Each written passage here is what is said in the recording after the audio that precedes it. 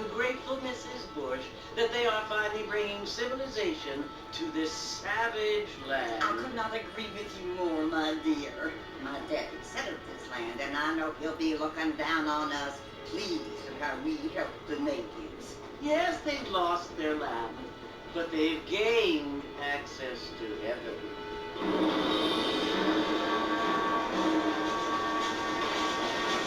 But, Father, do you mean unless an innocent receives communion, they're destined to go to hell?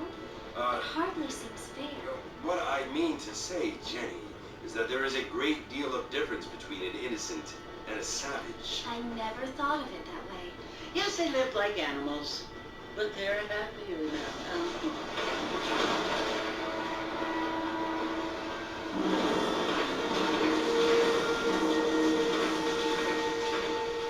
Not only do people now have motor cars, Father, but I heard that pretty soon we will be able to fly. No, only angels can fly, Jenny. No, apparently people can fly. Didn't you hear? Out in Kansas, a man even got a car to fly. I hardly think so, Jenny.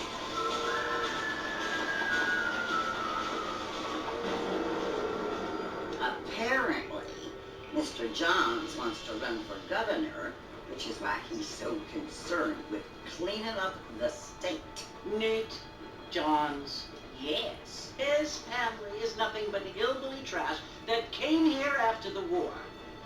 I don't want to be judgmental, but this state should not be ruled by such a disgusting family. A family without class. Apparently, the Johns family have made a lot of money, and he has a lot of friends in politics. Mrs. Bush, money isn't everything. There are many things that money cannot buy. It seems that money can buy voters, though.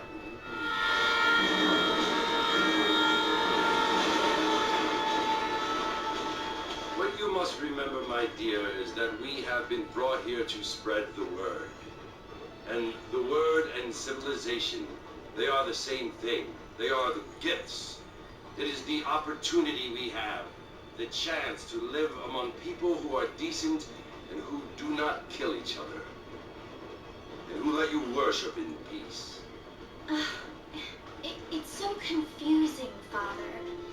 Sometimes I find it impossible to make the distinction between a loving act and a hateful one. I mean, they often seem to be the same thing. Yes, Jenny, it is confusing. But you only have to ask me if you need help. Indeed. Well, here we are, Mrs. Bush. Armadillo.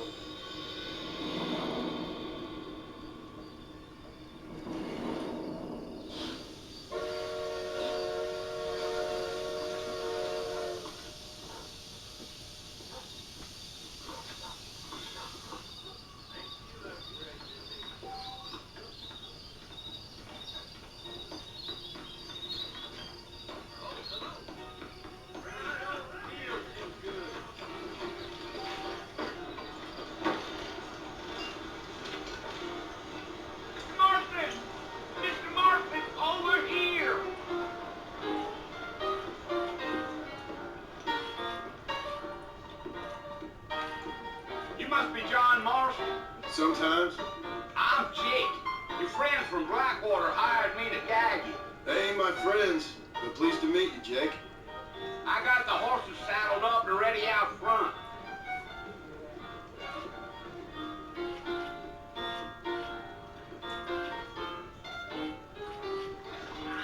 Well, sir, I am drunk in hell.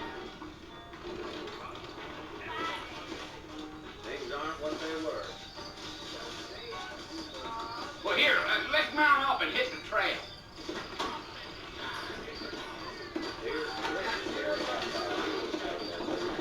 Take it easy until we're out of town. Ain't no point in causing a ruckus.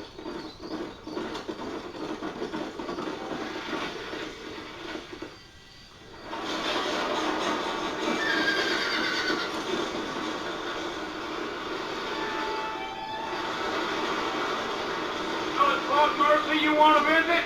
That's right. Ain't taking nobody up to the fort in a long time. Strange place for a decent fella to want to visit, if you don't mind me saying. Who said I was a decent fella? It's been abandoned for years now. Folks say it was built during the Mexican War. What kinds of soldiers around back then? Why'd they leave? Well, I ain't entirely sure. I heard they had to go up north to fight Indians, or maybe they got tired of being soldiers and went looking for gold. You know how things is. So what are you doing up at the fort? I'm looking for an old friend. Well, like I said, you ain't gonna find many folk around those parts these days. Those you do find about as sociable as an old reader back to you. I mean, I ain't one to judge a man by the company he keeps, but... Well, he ain't been friends for a long time.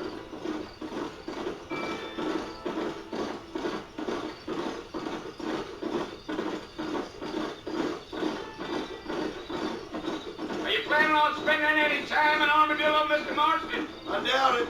I ain't planning on staying very long. Well, if you're fixing for some female company, you can do a lot worse than Armadillo. Fine as cream gravy they are. Not like Steve's Landing.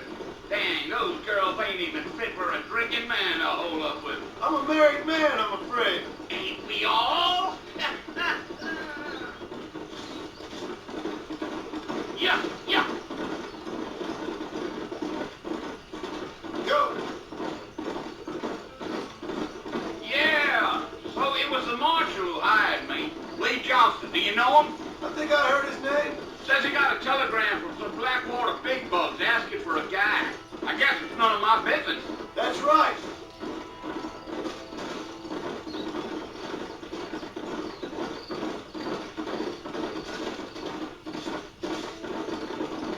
You ain't really talkative, are you? Nope. I'm just chewing the dog, mister. That's how I am. I don't mean nothing by it. Trust me. There's things you're better off not knowing. Giddy up. Come on. Damn coyotes. What a waste of good meat. Not far now, Mr. Marston. The fort's just over this hill.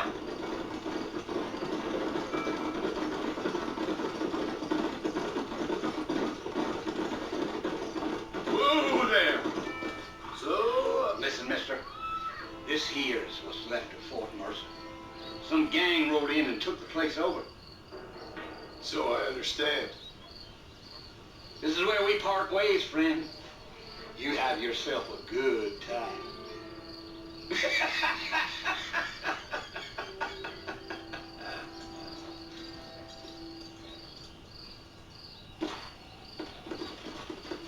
Come on.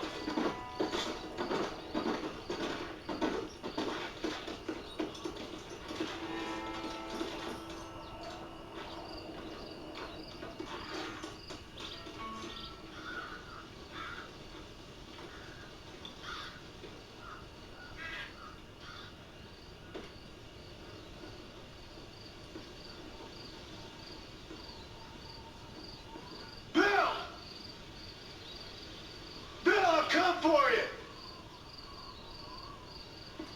Bill Williamson! Come out here right now! Go away now, John. Don't make me kill you. Nobody needs to kill anyone, Bill.